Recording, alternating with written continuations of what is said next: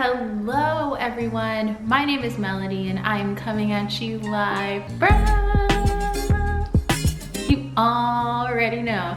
So I'm actually in my classroom today. Yeah. Today's video is going to be all about surviving winter. How to survive Korean winter, and all this advice is coming from a Floridian who has survived almost 2 winters in Korea. I've made it through. By the grace of God, I have made it through. I mean, we're currently in the midst of winter right now, so I guess technically I haven't completely made it through, but I can see the light at the end of the tunnel. So we are going to section this video into do's and don'ts. And per usual, we're going to start with the do's because we want to start positive. Okay, do number 1, layers, layers, layers, layers, layers are going to be your best friend. They're my best friend. I mean, currently I'm wearing 1, 2, 3, 4 shirts underneath my sweater. I have, well, my sweater is the 4th. And then I have on 1, 2, 3 bottoms. And then I have on 2 socks. The more clothes that you have on, the warmer you're going to be. And also it's helpful because if you go in somewhere, like you're in a bus, you're at school, and like in your classroom and it's really hot, the more layers you have on, the more layers you can take off to cool off, but then put back on when you go into the frigid tundra outside.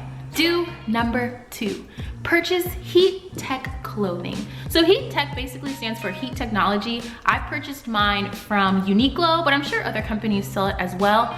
It has some sort of something in the fibers, I guess, that just keep your heat in. Now for me, I can't wear just the heat tech underneath my clothing and be warm. My friend, she can actually just wear the heat tech and she's fine. So I think it just depends on how your body regulates your heat and things like that. But the heat tech does really keep me insulated. I can feel the difference from when I'm not wearing the heat tech to when I'm wearing the heat tech. So yeah, I definitely suggest getting some heat tech. So that is going to be number 2. Number 3, purchase some hand warmers. And yeah, I feel like it's, again, self-explanatory, but hand warmers are going to keep your hands warm. They also have ones that you can put inside your shoes. I've even seen some that are like sticky on one side and you can stick on your clothing. And this definitely comes in handy if you want to go out and not bring like your huge giant puffy coat. You can stick these warmers like on the back of your clothing, like not the top layer, but maybe like the middle layer, and they will keep you warm while you're out. They work wonders. And it's just something nice to keep in your pocket all day long, even when you're at school, to just give you that extra heat. And in the morning, if you do walk to work also, it's just really nice to kind of have that with you to keep your extremities warm. Okay. Number 4 is something that I feel so passionate about, guys. Buy a portable heater. My portable heater is my best friend. It goes everywhere with me when I'm in my house. From my computer, I'm sitting there with my computer, it's blasting and keeping my little toes warm. In the morning when I wake up and I need to brush my teeth and wash my face, I bring it with me in the bathroom to keep my feet warm. It is just life. It's life, and they're not even that expensive. I think I got mine from Home Plus for like 25,000 won, which is about 20 bucks USD. So invest in a portable heater, because here in Korea, you have a floor warmer. And this is where your heat comes from, but it's really expensive to use your ondol, which is what the floor warmer is called. So having this portable heater, it's cheaper and it's just so convenient because sometimes the ondol can take a while to warm up, but this heater, bam, warmth immediately. I love it. I cannot rave enough about it. My life changed the moment I bought it last winter, and I just haven't looked back. Portable heater is life. On to our final do. Do number 5. So this is not necessarily something that you should do, but this is something that you should just be aware of.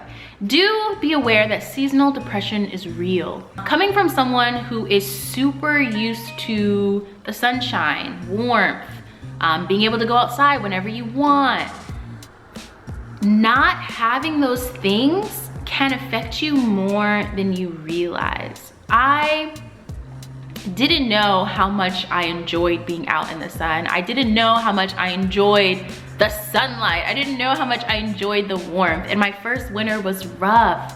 I felt sad not being able to just enjoy my time outside. I felt sad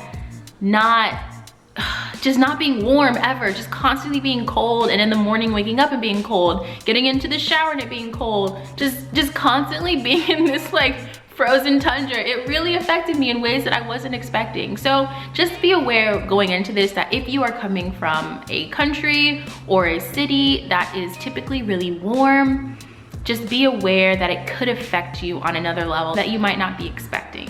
And when that does come, know that it's not gonna last forever, because winter's not gonna last forever. So just stay hopeful and stay encouraged and just power through and stick with your little portable heater as much as you can. All right guys, that was pretty quick. Let's jump into the don'ts. Don't number 1. I actually talked about this in a previous video, but don't bring your huge winter puffy coat jacket from home.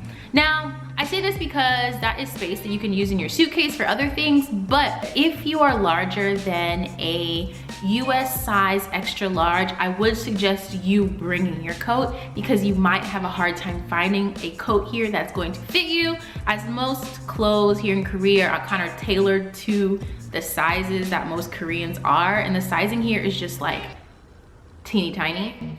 Don't number 2. Don't try to be cute, guys. This is not the season. There are 3 other seasons where you could be cute. Winter is not the one.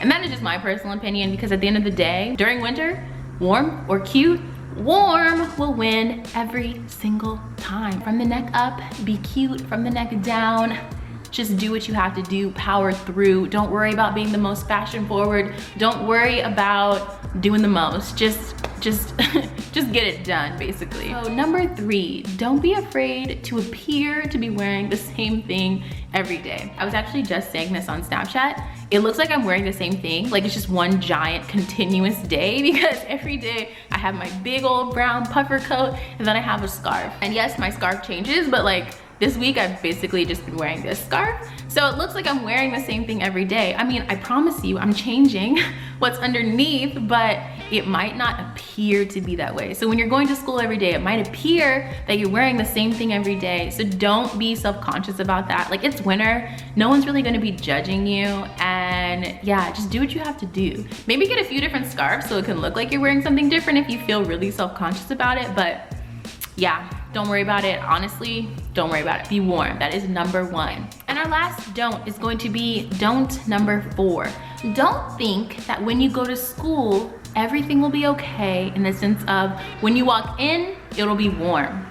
That is not how Korean public schools work. If you work at a hagwon or like a private academy, it might be different, but here in Korea at the public schools, they do not have insulation, they don't have AC or heaters for the hallways. Your classroom might be warm, your teacher's office might be warm, but everywhere else, it's going to feel as cold as it is outside or as hot as it is outside.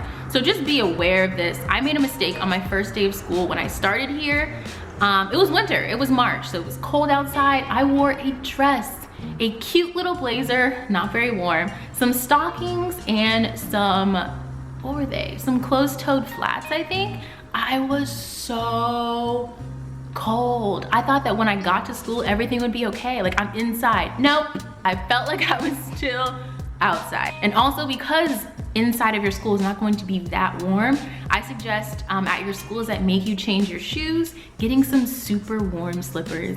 I made the mistake of just getting some cheap ones, and as I was walking around in the winter, I can like feel the cold floor through my slippers. So now I have some heavy duty, super furry ones that have like a really thick insole, and they're fur lined, so my feet stay so much warmer. So I definitely suggest doing that as well if you're going to be at a public school. All right guys, that is going to be it for me. Those are all the tips that I have for you on how you can survive winter in Korea. If you have any questions about the things I was talking about in this video, definitely drop me a comment below and I'll be sure to get back to you. I hope you found this video helpful. If you did, be sure to give it a thumbs up. Thank you so much for watching, and I will see you in my next video. 안녕히 가세요. Peace.